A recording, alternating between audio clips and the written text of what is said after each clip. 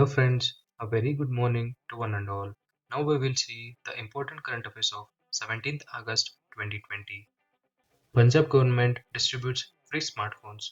Punjab government has rolled out the smartphone scheme in the state by distributing free mobile handsets to class 12 students of government schools. The name of the scheme is Punjab Smart Connect Scheme. Ammunition factory sent first consignment. The Khadki ammunition factory in Maharashtra's Pune has sent the first consignment of 40 UBGL ammunition to the Border Security Force. This ammunition is fired from a launcher fitted under the barrel of 5.56 rifle. Federal Bank partnered with Pfizer. Federal Bank has chosen Pfizer to enable the digitization of the bank's end-to-end card issuance and processing cycle and support the launch of Federal Bank Credit Card. The bank will also outsource associated operational process to Fiserv. The bank will utilize First Vision TM from Fiserv, an end-to-end managed services solution that enables card issuing and processing. Priority pathogens found in Yamuna water.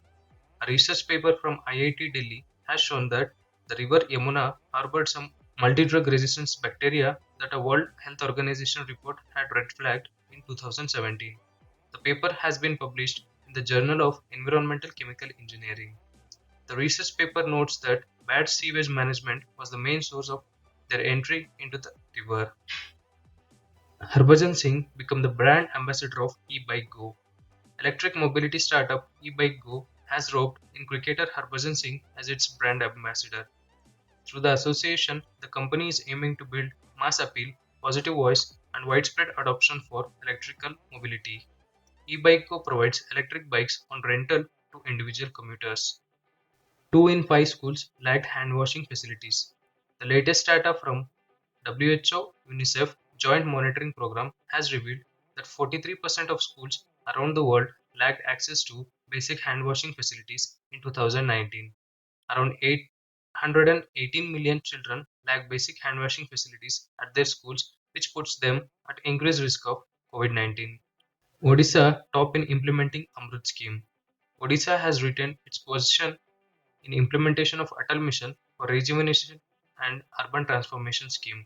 The scheme was launched by PM Narendra Modi in June 2015 to establish an infrastructure that would ensure robust sewage networks and water supply for urban transformation. Chandigarh and Telangana have secured the second and third positions. India aims to have zero road fatalities. India is working to achieve zero road accident fatalities by 2030. Union Minister for Road Transport and Highways Nitin Gadkari announced this while addressing the Indo-Australian Chamber of Commerce and Women Innovator on trade investment and collaborations in road infrastructure. Mumbai first to have female icons on signals. Mumbai has become the first city in India to have women symbols on traffic signals and signage. Brihan Mumbai Municipal Corporation has installed traffic signals that display female icons sporting triangular frock, a shift from the default representation of men. The signage is ensuring gender equality with a simple idea. Swachh Bharat Mission Academy launched.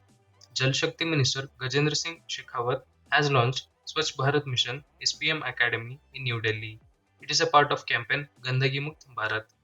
The academy, with its mobile-based technology, will significantly boost the capacity-building efforts in training of Swachhagrahis as well as community-based organizations, NGOs, and other associated with Phase 2 of the mission. Mauritius declares state of emergency. The Indian Ocean island of Mauritius has declared a state of environmental emergency after a Japanese-owned ship that ran around offshore began spilling tons of fuel. Satellite images showed a dark slick spreading in the turquoise waters near environmental areas that the government called very sensitive. The ship was carrying nearly 4,000 tons of fuel and cracks have appeared in its hull. Books penned by Mizoram Governor. Mizoram CM Zoramthanga has released Corona Kavitakal, a collection of poems written by Governor P.S. Sridharan Pillai during the lockdown. The governor has recently penned at least 13 books in English and Malayalam. CSIR FSSAI signs Memorandum of Understanding. An agreement has been signed between Council of Scientific and Industrial Research and Food Safety and Standards Authority of India. It has been signed for collaborative research and information dissemination in area of food and nutrition.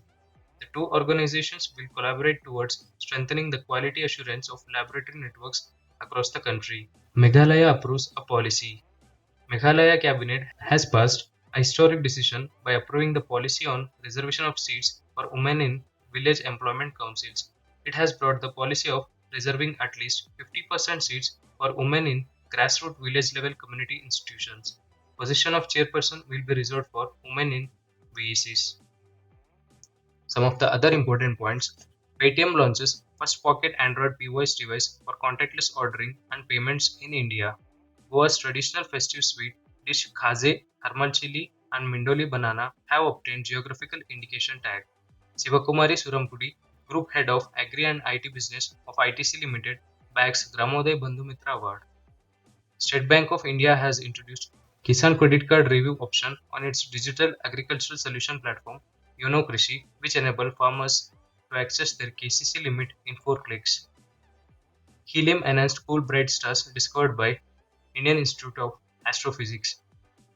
Odisha government approves drinking water project worth rupees 800.27 crore, which provide drinking water to 6.07 lakh additional population in 911 villages.